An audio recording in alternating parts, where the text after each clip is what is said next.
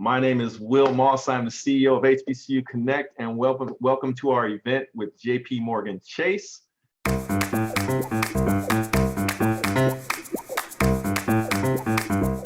But without further ado, let me introduce our first speaker in our keynote, Ed Olebe, who is the president of Chase co-brand cards. So Ed, if you're ready.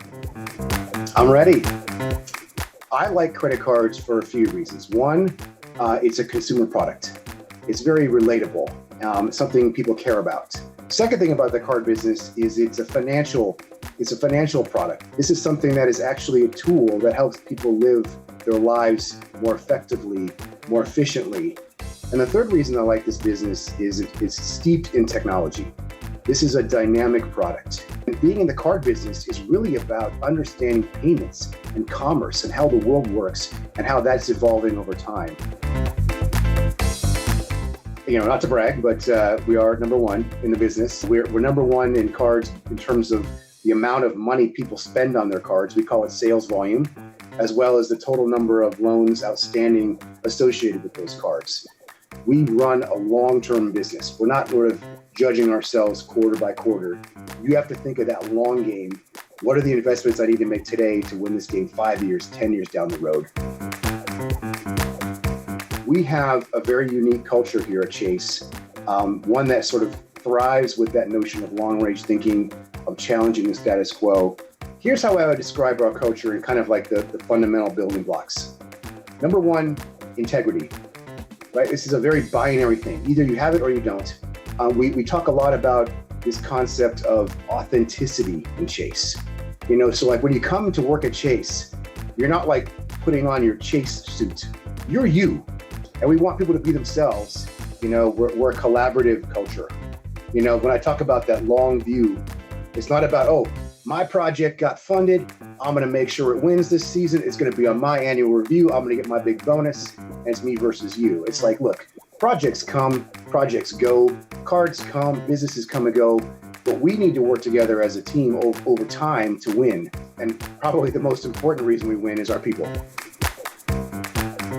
So, typical day in the life for me, no day is really the same, which is why I love my job. I literally never know. I have a plan usually of what I'm going to do for that day, for that week, or what my priorities are and what my team's priorities are. But this could change at any time. But, I could be doing anything from meeting with a partner and having a quarterly business review and talking about some results, working with our corporate business development partners on new partnership opportunities, or even touring construction sites for new lounge locations, which I've been doing a lot of lately and has been a lot of fun. And I think Chase is a place where employees are really empowered to come up with new ideas and new ways of approaching business problems, really with the focus on doing the right thing for our customer. Education. I'm actually, my background is at HBCU. I went to Delaware State University, graduated with a management information systems degree. Actually, it was the first of its kind. At the time, folks were starting to realize that folks that were really good at computer science didn't really understand, they understood the technical stuff, but didn't understand the business. And then folks that understood the business didn't really understand the technical. We're currently going through a little bit of a transformation at Chase, where we're becoming a little bit more agile. And what you'll see is that there's a blending of what you consider to be like the business leadership teams with some of the technology teams. I spent a lot of time with technology talking about some of the newer capabilities. So it's working with Scrum teams to really just, translate to them, what some of the business strategy is and some of the features that we need so that we're able to support our customers and clients. I don't consider myself to be a person that has a financial background. I work at Chase, but I consider myself to be a technology-driven person. And we work directly with the technology teams to bring to life some of the innovative ideas. So on my team, I have product leads, I have analysts, I have project managers, and they are working and partnering with the technology team. So it's a good mix of business, right? Because we have to partner with folks like Ed to understand the business needs, what their strategies are, even with the partners that he works with, we have to understand their business. And then we utilize the technology that we have to bring those things to light to our customers. I went to Oakwood University. Oakwood University is an HBCU in Huntsville, Alabama. Now, for a kid who was born in the Bronx, moving to the South was a little bit of a culture shock. But when I got down to Huntsville, Alabama, I was confronted with this reality. And the reality was that every classroom that I was in, I was sitting next to future leaders, because this was Black excellence at its best at Oakwood University. And I was confronted with the reality that I was going to have to be competing with all of these future leaders long after I graduated from college. So from an analyst to a managing director, this firm has really allowed me personally and professionally to grow and mature and to develop into a people leader that's now in a position to invest in the next generation of diverse talent. And that's one of the things that I love most about this company. This company invests in its talent. All right, so let me ask my first question is queued up for Ed.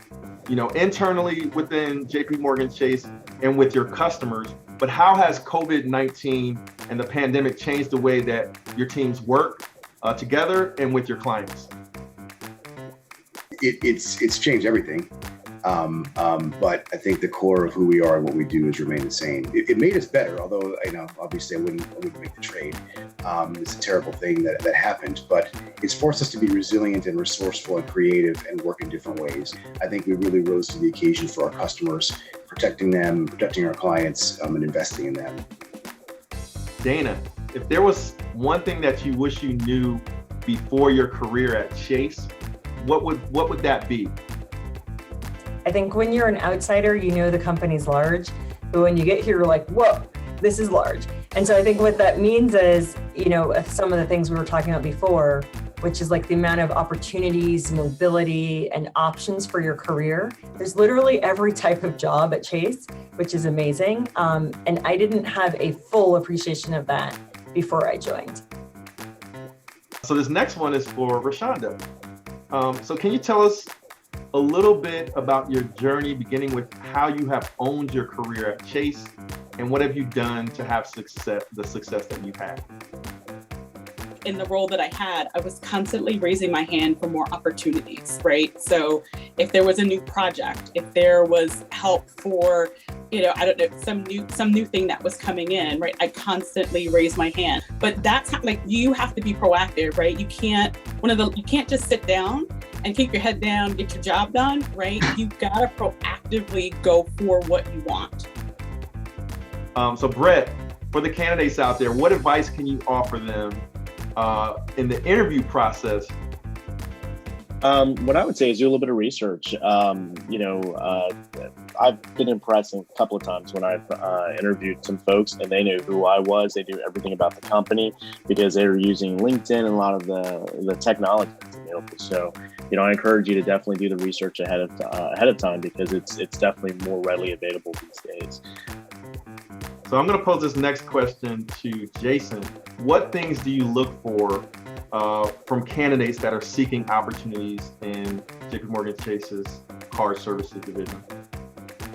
I'm absolutely looking for people that have diverse experiences, eager learners, people that are willing to really kind of dig in, learn the business, establish great relationships. If you can't build relationships and maintain and manage relationships, you won't do well here, and certainly not on a team like my own, because the strength of what we do is based on the relationships that we cultivate.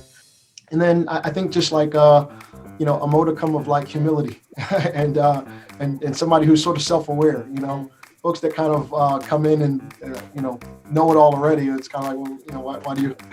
Well, if you know it all already, why do you want the job? And so if there's nothing that you can learn here, then because I'm just really big on development and really big on like this is a job that should stretch you, and as you feel stretched, you'll perform at a higher level, and you'll hopefully go on and take what you've learned and experienced and achieved and go on to the next big thing.